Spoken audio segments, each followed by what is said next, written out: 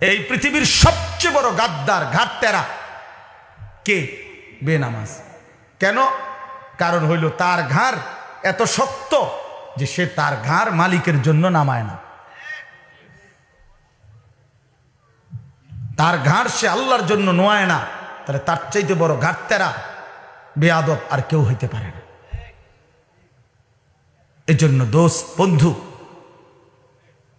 জিন্দিগির উপরে কদর করেন, হায়াতের উপরে কদর করেন, জীবনের উপরে কদর করেন। এই ছোট্ট হায়াত দেখতে দেখতে ফুরায় যাবে, দেখতে দেখতে ফুরায় যাবে।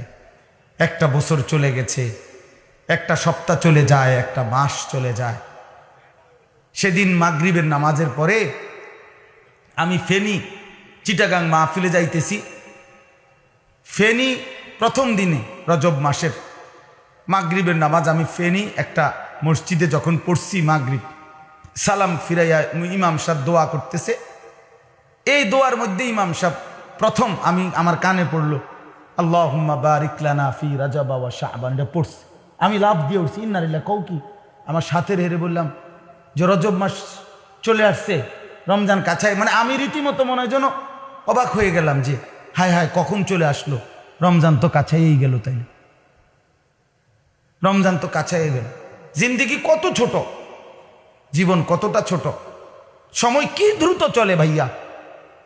রাসূলুল্লাহ সাল্লাল্লাহু আলাইহি ওয়াসাল্লাম বলছেন ইয়াতাকারাবুজ জামান, আখিরি জামানার কিয়ামতের একটা আলামত এটা নবীজি বলছে। ইয়াতাকারাবুজ জামান, সময় সংকীর্ণ হয়ে যাবে, কাছাকাছি হয়ে যাবে।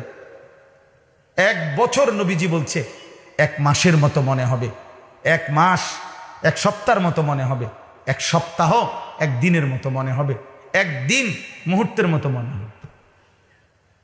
সময় এতটা দ্রুত চলতেছে এখন। অতএব আজকে আমরা আমাদের জীবনের উপরে কদর করেই আল্লাহর কথা শুনি। আমার এই একজনের ওয়াজ না, আমার উদ্দেশ্য এই কথা বোঝানো। আপনাদের স্থানীয় মসজিদের উলামায়ে কেরাম, ইমাম সাহেব, খতিব সাহেব, ওয়াজ মাহফিলের উলামায়ে কেরাম, আপনারা প্রত্যেকের কথা মনোযোগ দিয়ে শুনেন। উলামায়ে কেরামের দিক নির্দেশনা শুনেন, উলামায়ে কেরামের দিক নির্দেশনা শুনেন। উলামায়ে কেরামের সাথে বিরোধিতা করে, উলামায়ে কেরামের সাথে উল্টা কইরা এই পৃথিবীতে ১৫০০ বছরে কেউ টিকে নাই। এটা একেবারে বিশ্বাস করে, আমি হুজুর এই জন্য বলতেছি তা না, বা এটা গায়ের জোরের কথা না। মানে একটা কথা আছে যে গাছ জোরে ক্ষমতা দেখাইলাম, হাসিনা যেহেতু বাইক যেও না, আমরা একটু ক্ষমতা দেখাই, এটা না। এটা আসলে এরকম ক্ষমতা দেখানো না, আল্লাহর কসম এটা ক্ষমতার কিছু না। এটা একটা চিরন্তন অনিবার্য বাস্তবতা যে ১৫০০ বছরে আল্লাহ তাআলার পক্ষ থেকে কোরআন শরীফে আছে সুম্মা আওরাসনাল কিতাব, আমি কোরআনের উত্তরাধিকার বানিয়েছি আমার রাসূলের পরে, আমি যাদেরকে বাছাই করি তাদেরকে। অতএব আল উলামা ওয়ারাসাতুল আম্বিয়া, উলামায়ে কেরাম আম্বিয়াদের ওয়ারিস। এই ওয়ারিস শব্দটা আল্লাহ কোরআনে ব্যবহার করছে, নবীও হাদিসে ব্যবহার করছে।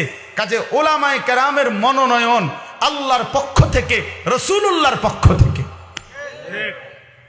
এটা আবেগের বিষয় না, উড়াইয়া দেওয়ার বিষয় না, এটা ষড়যন্ত্র করলেই হবে না। এই জন্য ১৫০০ বছর ইসলামের এই ১৫০০ বছরের ইতিহাসে পৃথিবীতে সংখ্যাগরিষ্ঠ মুত্তাকি উলামায়ে কেরামের বিরোধিতা করে যেই ধর্মের নামে, ইসলামের নামে, দ্বীনের নামে যত কাজ করতে চাইছে কোনোটাই আল্লাহর কসম টিকে নাই, আল্লাহর কসম টিকে নাই। এটা ইতিহাসের বাস্তবতা, চূড়ান্ত বাস্তবতা। পৃথিবীতে কোন উলামা বিদ্বেষী ব্যক্তি দ্বীনের কোনো কাজ করে টিকে থাকতে পারে নাই।